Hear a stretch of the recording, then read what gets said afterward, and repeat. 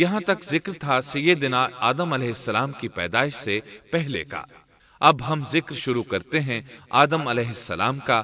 اللہ تعالیٰ فرماتے ہیں وَمَا خَلَقْتُ الْجِنَّ وَالْإِنسَ إِلَّا لِيَعْبُدُونَ،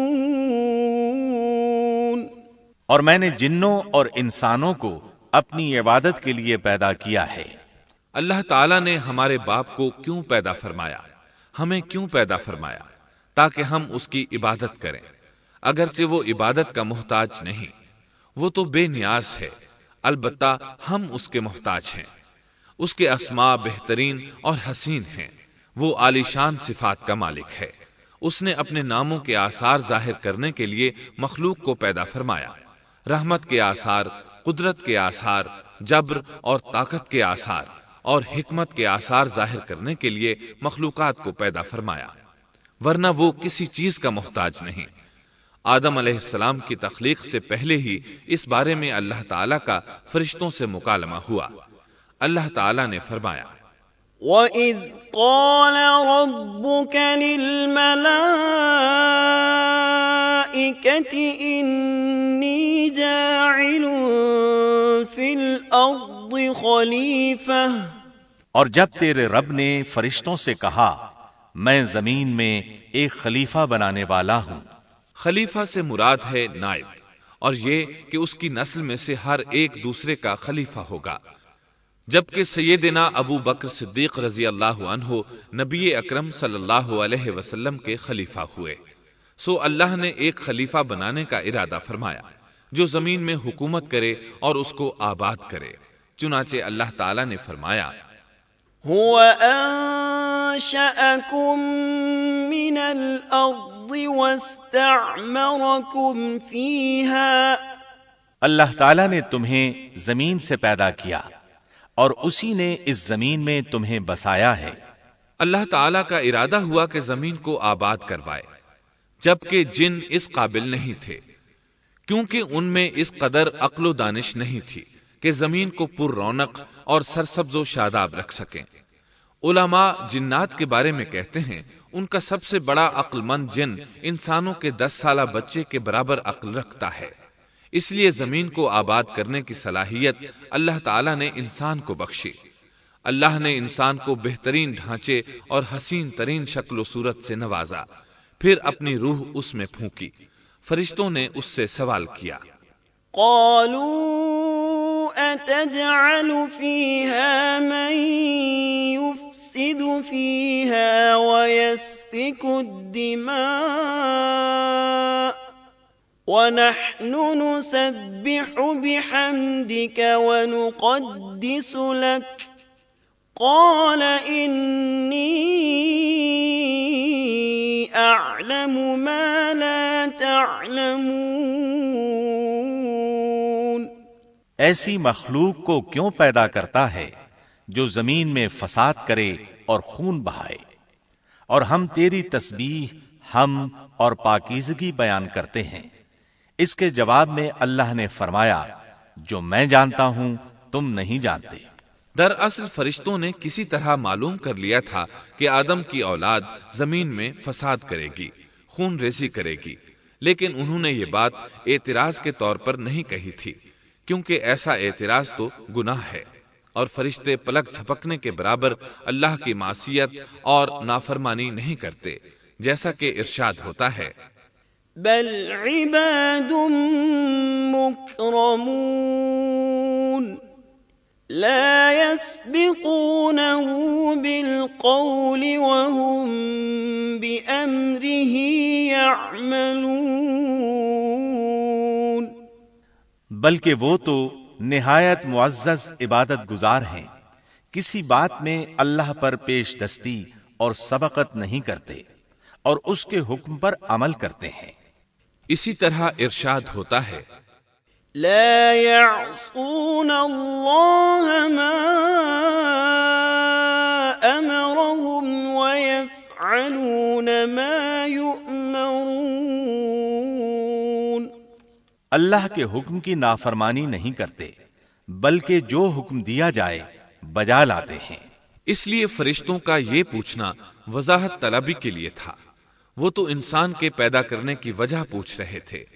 وہ زمین میں جنات کے اعمال اور کرتوت کا مشاہدہ کر چکے تھے، یعنی اللہ تعالیٰ نے انہیں پیدا کر کے اختیار دیا تو وہ فتنہ و فساد اور فسق و فجور میں مبتلا ہو گئے، اور اب ایک اور مخلوق زمین میں بسائی جا رہی تھی، تو اس بات کا امکان تھا کہ یہ مخلوق بھی ان کے نقش قدم پر چلے۔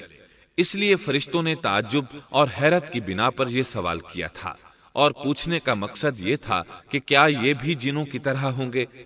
اس طرح انہیں یہ خدشہ لاحق ہوا کہ شاید ان سے اللہ کی عبادت میں کوتاہی یا کمی واقع ہوئی ہے، جس کی وجہ سے اللہ کو نئی مخلوق پیدا کرنا پڑی۔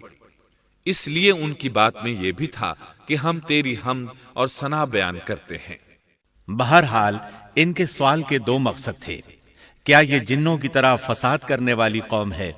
کیا ہم سے تیری عبادت میں کوتاہی ہوئی ہے؟ اس پر اللہ تعالیٰ نے فرمایا، جو میں جانتا ہوں وہ تم نہیں جانتے۔ اس موقع پر فرشتوں کے ذہنوں میں ایک اور بات بھی آئی۔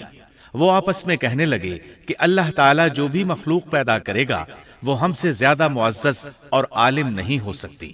یعنی جب فرشتوں نے باقی مخلوقات کا جائزہ لیا، مثلا آسمان، زمین، پہاڑ، جن، چوپایوں وغیرہ کا، تو انہوں نے سوچا یہ ہم سے زیادہ مرتبے والی نہیں ہے، لہذا یہ مخلوق بھی پیدا ہو رہی ہے تو یہ ہم سے زیادہ مرتبہ نہیں رکھتی۔ یہ ہمارا خاص مقام ہے کہ اللہ کی تسبیح میں مصروف ہیں، کفر سے محفوظ ہیں، ہر حکم بجا لاتے ہیں، اللہ کے تمام احکامات پورے کرتے ہیں، آسمان اور زمین میں اس کا حکم نافذ کرتے ہیں، اور اللہ کے نزدیک ہم سب سے زیادہ شرف والے ہیں۔ لہذا اگر یہ نئی مخلوق انسان بھی پیدا ہو جائے تو کیا ہوا، ہم سے زیادہ معزز اور علم والی تو نہیں ہوگی۔ بہرحال جب اللہ تعالیٰ نے آدم کو پیدا کیا تو زمین کی مٹی لانے کا حکم فرمایا، چنانچہ اللہ تعالیٰ کے پاس مٹی لائی گئی۔ امام ترمذی، ابن حبان اور امام احمد رحمت اللہ علیہم نے ایک حدیث بیان کی ہے جس کے الفاظ کچھ یوں ہیں: ان اللہ تعالی خلق آدم من قبضة قبضها من جميع الارض فجاء بنو آدم على قدر الارض فجاء منهم الأحمر والأبيض والأسود وبين ذلك والسهل والحزن والخبيث والطيب۔ اللہ تعالیٰ نے آدم علیہ السلام کو مٹی کی ایک مٹھی سے پیدا فرمایا۔ اس مٹی کو اللہ تعالیٰ نے پوری زمین سے اٹھوایا تھا۔ یہی وجہ ہے کہ آدم کی اولاد زمین کے لحاظ سے ہی ظہور پذیر ہوئی۔ بعض سرخ رنگ کے ہیں تو بعض سیاہ اور بعض سفید، اور کچھ اس کے درمیان میں ہیں۔ بعض نیک ہیں، بعض خبیث، اور کچھ پاکیزہ قسم کے ہیں۔ انسان کی تخلیق مٹی سے شروع ہوئی، اس مٹی کو پانی سے تر کیا گیا تو یہ تین بن گئی۔ اسی وجہ سے قرآن مجید کی بعض آیات میں تراب کا لفظ آیا ہے۔ تراب خشک مٹی کو کہتے ہیں، اور بعض آیات میں تین کا لفظ آیا ہے۔ تین تر اور بھیگی مٹی کو کہتے ہیں۔ اللہ تعالیٰ فرماتے ہیں خلقہ من تراب، یعنی آدم کو تراب سے پیدا کیا گیا۔ مٹی کی عام حالت کو تراب کہتے ہیں، اور فرمایا اذ قال ربك للملائكة انی خالق بشرا من طین۔ جب آپ کے رب نے فرشتوں سے کہا کہ میں مٹی سے بشر کو پیدا کرنے والا ہوں۔ جب اس مٹی کو پانی سے زیادہ بھگویا گیا تو وہ لیسدار ہونا شروع ہو گئی، اسی لیے اللہ تعالیٰ نے فرمایا اِنَّا خَلَقْنَاهُم مِّن طِينٍ لَازِبٍ۔ ہم نے انسان کو لیسدار اور چپکنے والی مٹی سے پیدا کیا۔ پھر اللہ تعالیٰ نے اپنے مبارک ہاتھوں سے انسان کا ڈھانچہ تیار کیا۔ اللہ نے فرمایا خَلَقْتُ بِيَدَيَّ، میں نے اپنے دونوں ہاتھوں سے پیدا کیا۔ اللہ تعالیٰ نے انسان کی خلقت فرشتوں کے سپرد نہ کی، بلکہ بذات خود اسے تخلیق کے مراحل سے گزارا اور اپنے ہاتھوں سے اس کی تصویر کشی کی۔ اللہ نے انسان کو پہلے ایک مورتی کی صورت میں ڈھالا، اس کے بعد ایک مقررہ مدت تک چھوڑے رکھا، یہاں تک کہ گیلی مٹی خشک ہو گئی اور اس کا رنگ سیاہ ہو گیا، بدبو آنے لگی، پھر وہ کھنکھناتی مٹی میں بدل گئی اور آخرکار آگ پر پکی ہوئی مٹی یعنی فخار ٹھیکری کی صورت اختیار کر گئی، جس سے مٹکے وغیرہ تیار کیے جاتے ہیں۔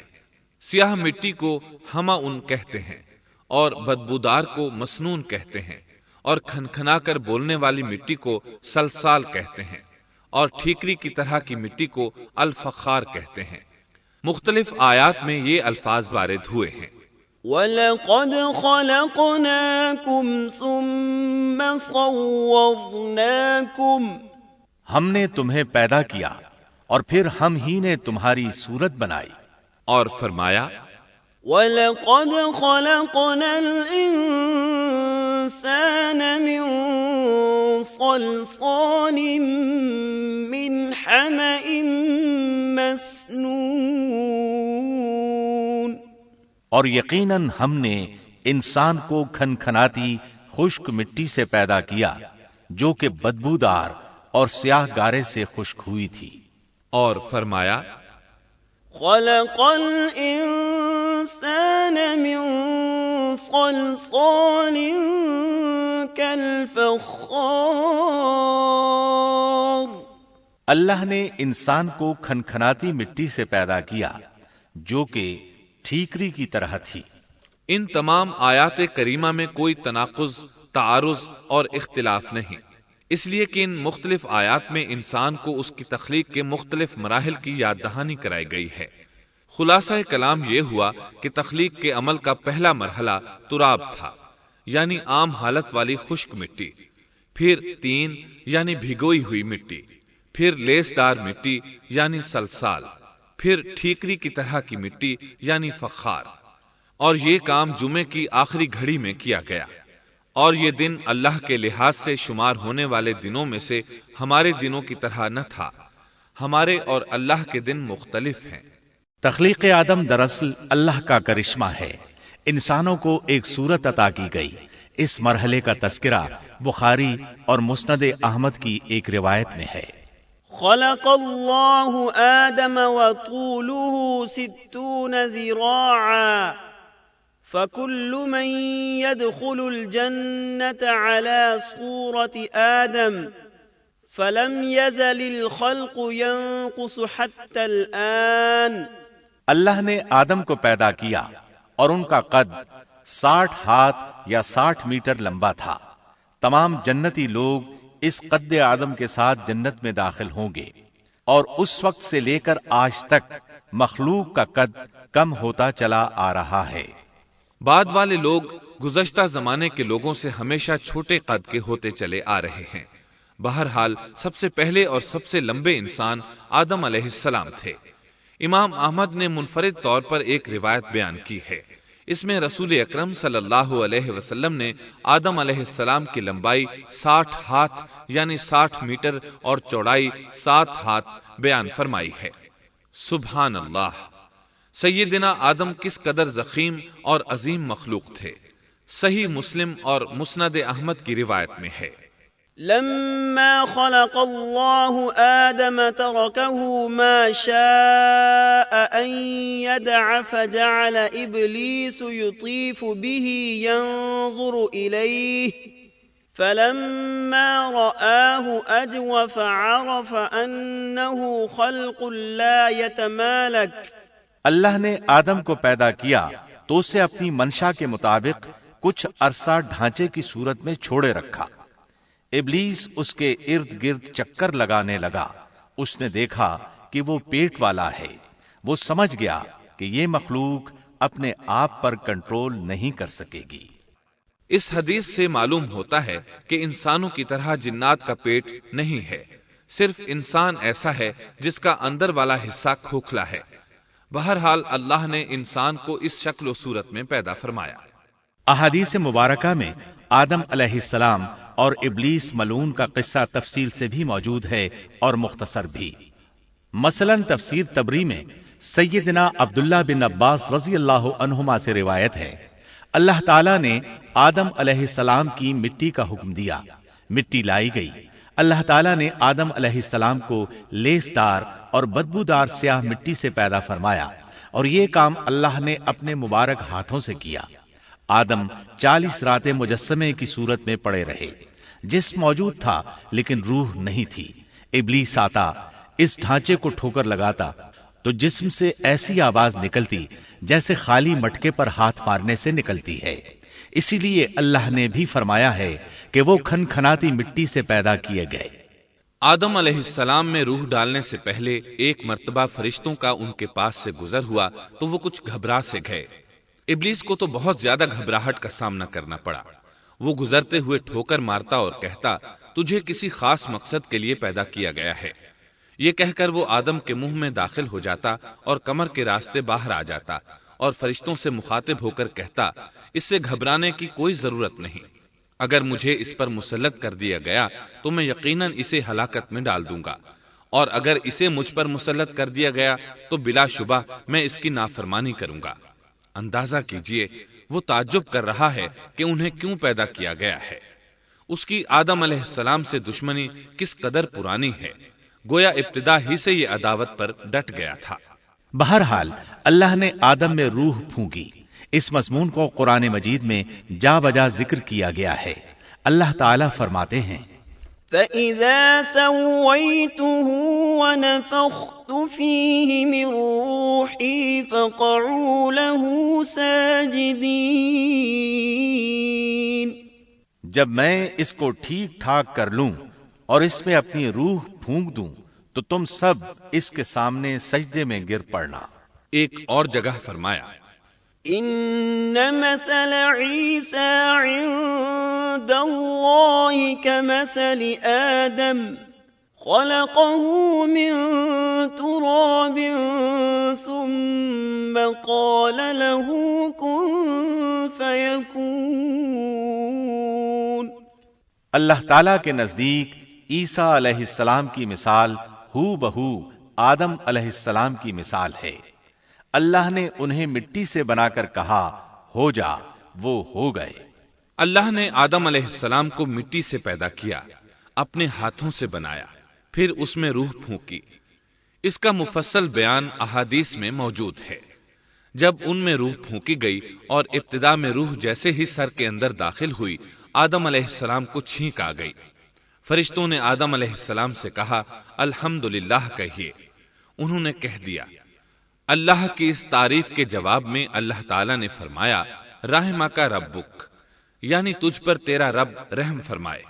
سبحان اللہ، اللہ ذوالجلال والاکرام نے آدم علیہ السلام میں روح مکمل ہونے سے پہلے ہی انہیں اپنی رحمت سے سرفراز فرما دیا۔ بہرحال جب روح ان کی آنکھوں میں داخل ہوئی اور انہوں نے جنت کے پھلوں کو دیکھا تو ان میں غور و فکر کرنے لگے۔ جب روح پیٹ میں داخل ہوئی تو کھانے کی طلب محسوس ہوئی۔ ابھی روح ٹانگوں تک پہنچی نہیں اور کھانے کی خواہش پہلے ہی محسوس ہونے لگی۔ اس جلد بازی اور عجلت کی وجہ سے اللہ تعالیٰ نے فرمایا خلق الانسان من عجل، انسان جلد باز مخلوق ہے۔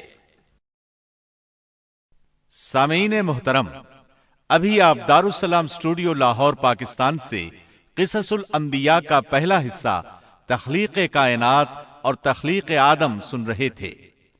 قصص الانبیاء کے دوسرے حصے شیطان کی دشمنی میں آپ یہ سنیں گے: اولاد آدم کا تذکرہ، ابلیس کا تکبر اور اس کا انجام بد، اللہ تعالیٰ اور ابلیس کے درمیان مکالمہ، ابلیس کی انسان دشمنی اور کھلے عام بغاوت کا اعلان، تمام فرشتوں کا آدم علیہ السلام کو سجدہ کرنا اور ابلیس کا انکار، ابلیس کے سوال پر اللہ تعالیٰ کا اس کو قیامت تک مہلت دینا، آدم علیہ السلام کا تمام اشیاء کے نام سے متعارف ہونا اور فرشتوں کا اعتراف عاجزی، حوا علیہ السلام کی تخلیق، ابلیس کی عیارانہ سازش اور آدم علیہ السلام اور حوا علیہ السلام کا جنت سے خروج، آدم و حوا علیہ السلام کا اعتراف معصیت اور توبہ کی طرف رجوع، قصص الانبیاء جیسی عظیم پیشکش کی طرح ہم اس قسم کے اہم موضوعات منتخب کر کے کیسٹس اور سی ڈیز کی صورت میں دلکش آواز، دلنشیں انداز اور بہترین ریکارڈنگ کے ساتھ آپ تک پہنچا رہے ہیں۔ الحمدللہ ہماری 500 سے زائد کیسٹس اور سی ڈیز اس وقت مارکیٹ میں دستیاب ہیں اور ہم مزید موضوعات کو تلاش کر رہے ہیں۔ اس طرح یہ سلسلہ جاری و ساری رہے گا انشاءاللہ۔ دارالسلام اسٹوڈیو تلاوت قرآن مجید، سیرت النبی، قصص الانبیاء، صحابہ کرام، ائمہ اعظام اور محدثین کے حالات و واقعات، نیز نماز، روزہ، حج اور دیگر عبادات کا صحیح طریقہ، بچوں اور عورتوں کے لیے انتہائی دلچسپ اور سچی کہانیاں، اور وہ سب کچھ جس سے نئی نسل کی تربیت اسلامی خطوط پر ہو سکے، آڈیو کیسٹ اور سیڈیز میں پیش کر رہا ہے۔ دارالسلام اسٹوڈیو دارالسلام پبلشرز اینڈ ڈسٹریبیوٹرز کا ایک حصہ ہے جو اسلامی کتب کی اشاعت کا بین الاقوامی ادارہ ہے، جس کا ہیڈ آفس سعودی عرب کے دارالحکومت ریاض میں واقع ہے، جس کے مینیجنگ ڈائریکٹر جناب عبد المالک مجاہد ہیں۔ دارالسلام کا دنیا کے 30 ملکوں میں نیٹ ورک ہے۔ پاکستان میں اس کا ایڈریس نوٹ کر لیں: دارالسلام اسٹوڈیو، 36 لوور مال، سیکٹریٹ سٹاپ، لاہور۔ فون 7120054724 7240024 اور 7846714۔ فیکس 7354072۔ یہ پیشکش تھی محمد طارق شاہد کی۔ اللہ حافظ۔